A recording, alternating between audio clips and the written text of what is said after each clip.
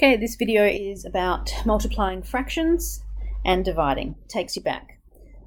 Multiplying is pretty simple. You just times the tops and you times the bottom. So numerators times together denominators. So A times C, B times D, we're done. With division, that might look complicated. Remember, we're just using all of these variables to show you the basic rule. So with division, we keep the first fraction. Notice they're the same. We replace the divide with the times, and then we flip this fraction. So over it goes. And then again, we just do what we did before. We times the tops and we times the bottoms. Okay? So you want to write those rules somewhere down. If you think you need to, go for it. So let's put it into practice with basic numbers here. We can just go 3 2s, 6, all over 7 5s are 35. We always check, is there a number that goes into 6 and 5? Nope. We're done.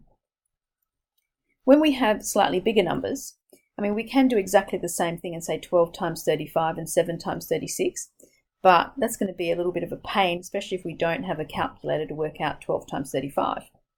And if we did have a calculator, we would do that anyway. How can we do it by hand? Well, you are allowed to cancel. You can cancel diagonally and you can cancel vertically. You cannot cancel horizontally. All right? So what do I mean by that? Well, I normally look diagonally first. So is there a number that goes into 12 and 36? And you want to try and find the biggest number possible. Clearly 2 does as well, but is there a bigger number? So if 2 goes in, I always check, does 4? Yep. And I'm actually thinking, yes, 6 does, but in fact 12. 12 goes into 12, and this is what we do here. We go 12 goes into 12 once, and 12 goes into 36 3 times. So it's really handy to know your times tables. And then we do the same thing here. We can either go vertically if we want. Is there a number that goes into 35 and 3? No. What about diagonally? Is there a number that goes into 7 and 35? Yes, there is. It's 7. So 7 goes into 7 once, and 7 goes into 35 5 times. And now we can do the 1 times 5 is 5. 1 times 3 is 3, and you're done. Imagine if you had worked out what 12 times 35 is. That is a very large number, as is 7 times 36, and then to try and cancel that down is a far bigger headache than doing this. So feel free to practice a couple by yourself. You could even make some up. What we want to do is, how does this apply when we have some pronumerals in exactly the same way? So with this, I'm checking, is there anything that goes in? No. So I'm just going to times the top. So 3x times x is 3x squared. 5 times 2 is 10. Done and dusted. When we've got one like this, we can go a little bit further and go, okay, nothing goes into 3 and 2 or 6 and 11, but what about diagonally? No, nothing that goes into 11 and 2, but this one, there is. So diagonally this way, we have got something. So 6 and 3, both divisible by 3. So 3 goes into 3, that's gone, and that becomes a 2. And what about the x squared and the x? Now remember, x squared is x times x, and then you're technically here dividing by that x, so they cancel, right? So the x squared cancels with that x, and what's downstairs is now 1. This is where you really need to be nice and neat, otherwise you will ignore something. So what I'm seeing on the top there is 2x on this fraction over 11 times 2, and that's over 1. So this now becomes 2x times 2 is 4x, all over 11 times 1 is 11. Done. Okay, imagine if you had not multiplied that out, if you hadn't, cancelled, you would have ended up with 12 x squared over 33x, and then you would cancel those and you go, okay, well, the x squared and the x, that just becomes the x there. What's a number that goes into 12 and 33? Obviously 3, so 3 goes into 12 4 times and into, oh, that's a bit messy, and into 33 11. So you can see you get the same answer. Which way do you prefer? Well, whichever you choose. Obviously, when we go back to this situation, when we had the really big numbers, I think it was far easier to do the cancelling. But it's up to you. But if you don't leave it as the simplest form at the end, then you will be deducted a little bit.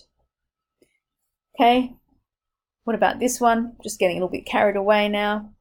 Can we simplify, and is there a number that goes into both? Now, before we can do this, we want to remind ourselves of how to factorize. So if I look at just this numerator here, this numerator, we have to ask ourselves, is there a letter or a number that is common to both terms? And I hope you can see that it is x. Now, if I pull out x times what here would give me the 5x squared. Yep. So it has to be 5x. Just check that. X times 5x is 5x squared, correct? It's got a minus. I put a minus. X times what goes here, that gives me 3x. It has to be a 3. All over 5x, like so. Okay, we're timesing 15. And have we got a letter or a number that goes into both of these terms?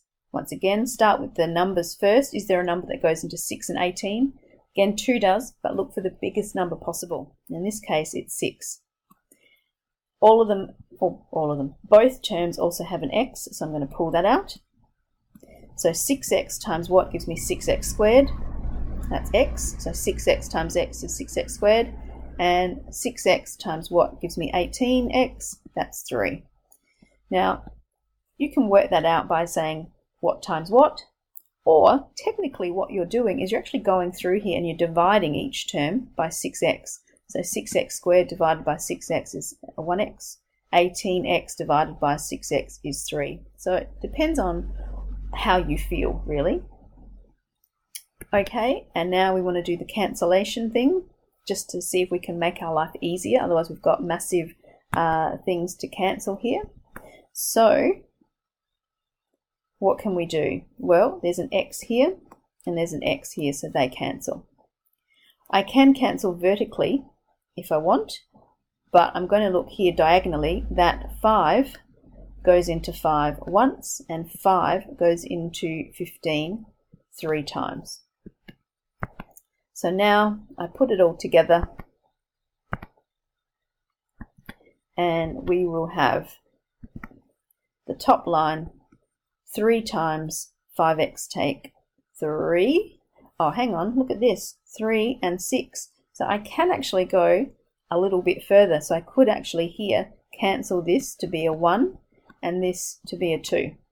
And then we times them across. Once again, look how neat you have to be so that you don't lose things. You think teachers just annoy you by saying please be neat, but it's for a reason so you don't make mistakes. Let's imagine that we did not see that and we continued on. Oops, let me go back up there. And we continued on with not doing those cancellations. Okay, so we just had this going on. So we just times through by the 3.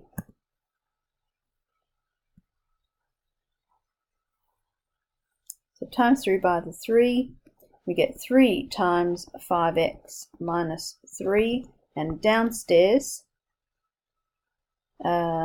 we've got x times 6, so 6x, x plus 3. And before you just leave it and move on to the next, you should always check. So now we would see here, oh hang on, the 3 and the 6, that becomes a 1, that becomes a 2, so we end up with 5x, take 3 as the numerator, all over 2x, x plus 3 downstairs. And that's a simplified of that expression. Okay, you can imagine if you just times the tops and the bottoms without actually looking to see if you could cancel, you'd end up with quite a complicated and large numbers in your expression. So best to see if you can cancel early rather than later.